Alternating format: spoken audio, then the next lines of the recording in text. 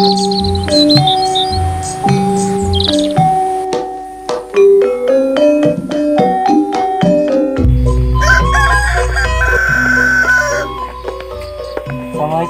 Sampurasun. Waalaikumsalam, Rampes. Di pagi hari terbit sang surya, ayam pun berkokok ria. Selamat pagi sobat budaya, jangan lupa berbahagia. Menelusuri cagar alam gua yang indahnya luar biasa.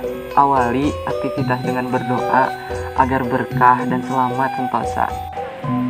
Baju kok bagus? Iya dong, ini kan baju adat khas Sunda. Membeli baju bersama Susi. Bajunya berwarna merah. Baju adat pria namanya pangsi. Jika dipakai terasa gagah. Wah, benar tuh. Kalau untuk wanita, Indonesia ragam budaya, salah satunya adalah batik. Baju adat wanita adalah kebaya yang pakai anggunan cantik.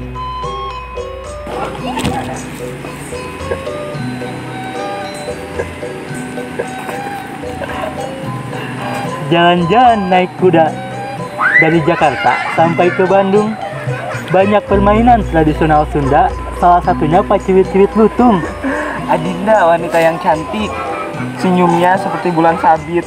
Ciwit lutung, permainan unik karena mainnya saling mencubit. Duh, lapar nih. Kamu lapar? Nih, aku punya sesuatu.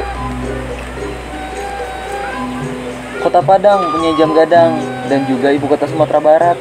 Kue basah dalamnya pisang, namanya Dagasari, khas Jawa Barat. Wayang dimainkan oleh dalang, saling berdialog, berbalas-balas. Dagasari dibungkus daun pisang sehingga memiliki aroma yang khas.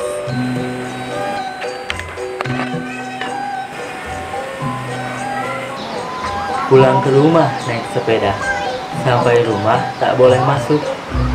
Jula nampak rumah adat Sunda yang terbuatnya dari bambu dan injuk. Senjata runcing, makanya tombak, jangan dimainkan karena bahaya. Daerah yang masih ada jula ngampak, ya Kampung Naga, Tasikmalaya. Siang hari bercahaya, malam hari gelap gulita. Mari kita lestarikan budaya yang jadi khas dan kebanggaan kita. Yoga Dwi Baktia untuk dibagikan kepada keluarga. Melestarikan budaya Indonesia, bukti cinta kepada negara.